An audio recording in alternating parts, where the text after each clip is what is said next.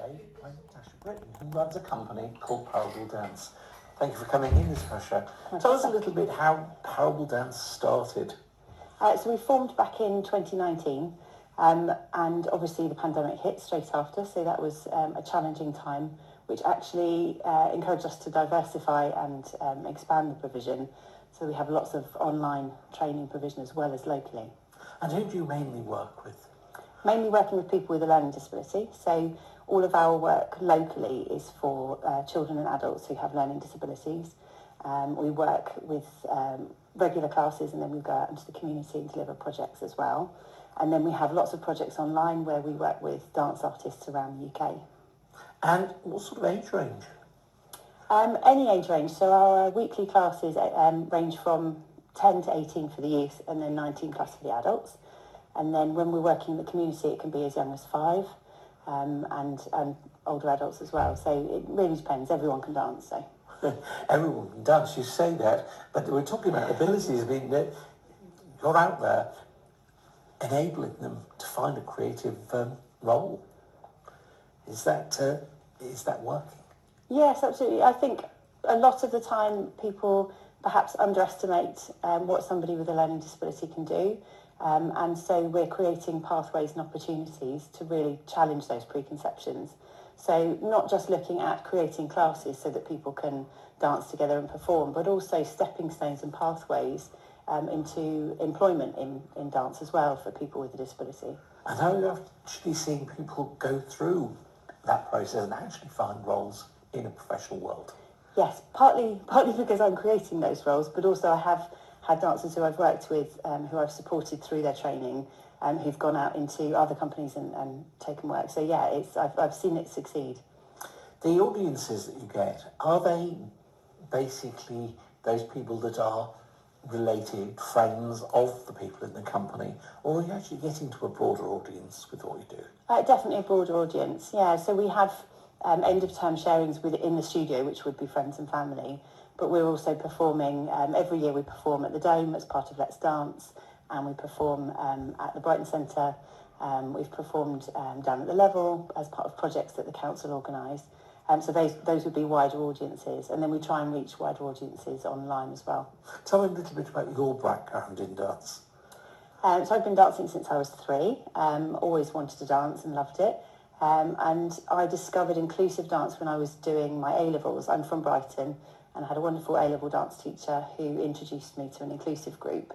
And so when I went off to university to study dance, I decided to write my dissertation on inclusive practice, and then started my career and kind of explored as many options as I could, and have been working in this field for 25 years now. Do you get the appropriate amount of support that you need to run this company? Yes and no. We're always looking for support. So if anyone watching is able to support us, we are always looking for support. But it's a constant kind of struggle to gather funding for all the different projects that we do. We've just had some really exciting news that the Star Trust, which is the local trust, is supporting us for our youth classes for a really exciting choreographic project for the next year. So that's wonderful. And Arts Council England have been amazing at supporting our projects. And do you have a permanent base here in Brighton? Not permanent, but our classes are based at the Dance Centre in Brighton, which is a brand new state-of-the-art dance studio space.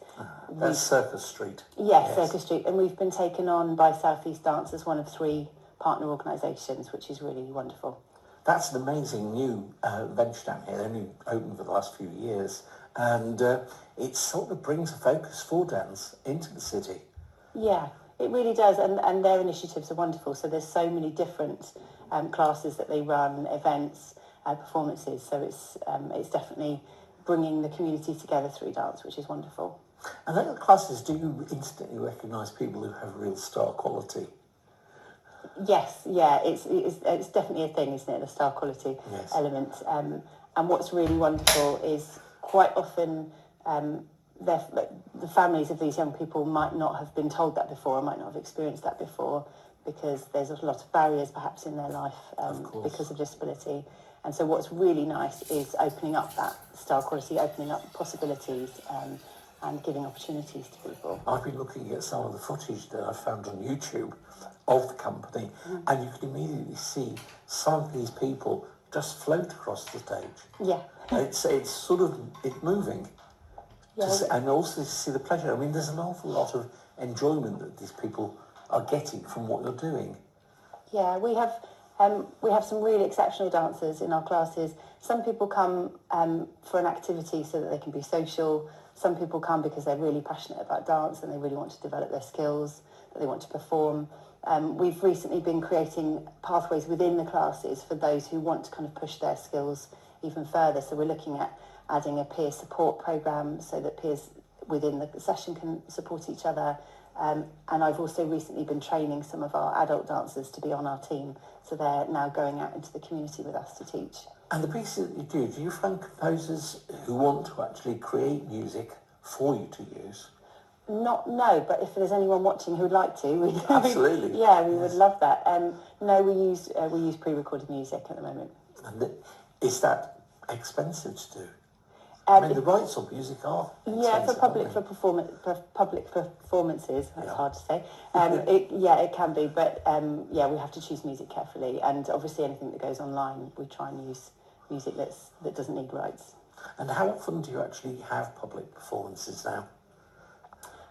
We always do the March performance of Let's Dance, which is a really big event across the city. Yes. We try and do the two Brighton and Hove Council events, which are in December and in the summer. So that's at least 3 a year. And then we have studio performances as well. Sometimes extra ones thrown in the mix if we're invited somewhere. And do you, amongst the people that come and join in this, do you have prima donnas? Do you have people that actually suddenly become, very full on? No comment. I think every performing arts would, has the prima donnas, of course. We all have that in us, don't Yes, we? absolutely. Yes, I know I have it as well. And once we're on the stage with the lights, yeah. Yes. And do people overcome shyness? Do they overcome their feelings of isolation through joining a dance group like yours? Yeah, absolutely. And I think it's often really wonderful to see people kind of challenge that expectation. I know we have a young guy who dances with us at the moment who every other event or activity that he attends, he has to have 2 support staff with him. When he comes to our classes, his support staff stay outside. They don't come in. He's completely independent in those sessions, and he dances independently on the stage with us, and it's absolutely wonderful. So seeing experiences like that really are why we do what we do. So the value is not just in performance, but is actually in making people feel better about themselves. Yeah, I mean, there's so many values to dancing for anyone. So confidence is obviously a huge one. In our sessions, we're looking at building communication skills, creativity, but there's also, these kind of side skills that you're developing almost by accident, which are things like cooperation, which the young people we work with, that's really important. So, yeah, there's lots of values to dance. When is your next public performance? That's a good question. Where are we? I think it will probably be Let's Dance, I would imagine. But we'll have to wait and see whether we enrol for that. We've also definitely got studio sharings at the end of term. And if anyone ever wants to watch us perform, then please do just send an email and we can let you know. And how do people get in touch with you? If you have people who in your lives you think might be benefiting from joining Parable Dance, how do they get in touch? So our website is www.parable, dance.co.uk, and we're on all social media. We also run alternative provision classes, which are launching in February for Brighton and Hove Council. So children who aren't attending school, who need support with transition back into school, we have those, and we also have Brighton and Hove Council funded holiday clubs as well. It all sounds amazing. I think really good to take a look now at some of your members dancing. Let's have a look.